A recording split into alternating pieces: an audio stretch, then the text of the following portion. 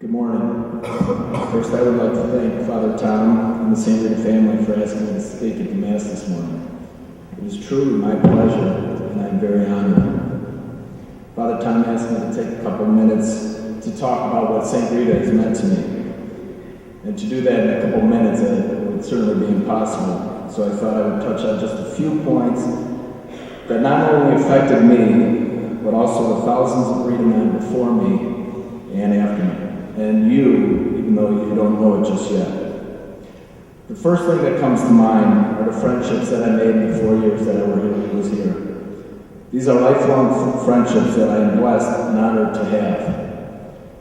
We may have all gone our different ways after graduation, but there is still a bond between myself and many friends, whether we see each other weekly, yearly, or every few years. We seem to pick up right where we left off.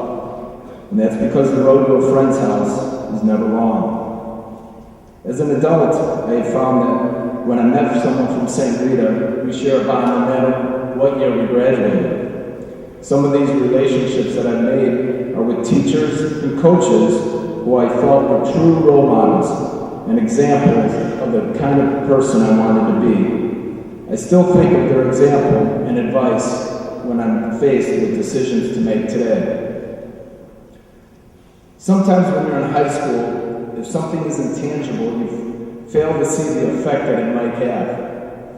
I'm here to tell you, whether you know it or not, the structure and the discipline that you are receiving here at St. Rita are assets that you will carry on forever.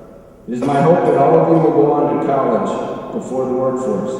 But whatever road you choose, be confident that you have acquired a set of skills from St. Rita that start with a foundation of faith, discipline, hard work, and perseverance.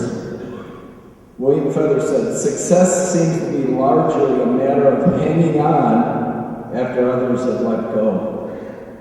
Trust me when I tell you that you will see many people dropping when the going gets tough. And when you go on, trust me again when I tell you it is because of those core values that were taught to you by your parents, your guardians, and the faculty and staff of St. Rita High School. The most important thing that I took away from St. Rita is faith. This school and my parents installed in me a moral compass directed by God.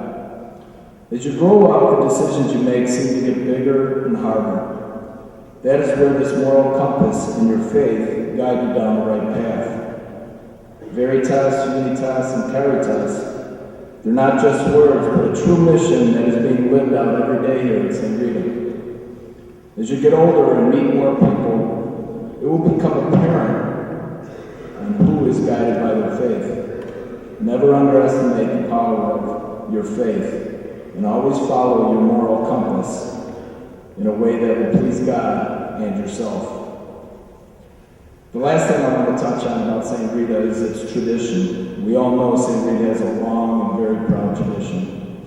One important element of tradition is what people give back, whether it be your time, your talent, or your treasure, such as teaching, coaching, or just joining the Alumni Association. People must give back for that tradition to grow. When I go to football games, it gives me great pride to see so many St. Rita graduates coaching along the sidelines. If you ever want to know what it means to give back, go down into the film room at 8 or 9 o'clock at night and watch those coaches that are away from their family and their kids and their wives. But as I look around here today, I see evidence of you giving back, and that's through St. Baldrick's. I can say confidently that all of you who have shaken your head feel good about what you've done. And I believe and those of you that have donated to that should feel just as proud.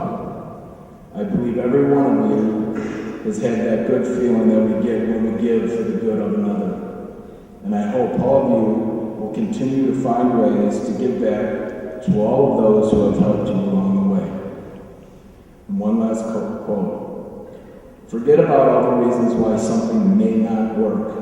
You only need to find one good reason why it will.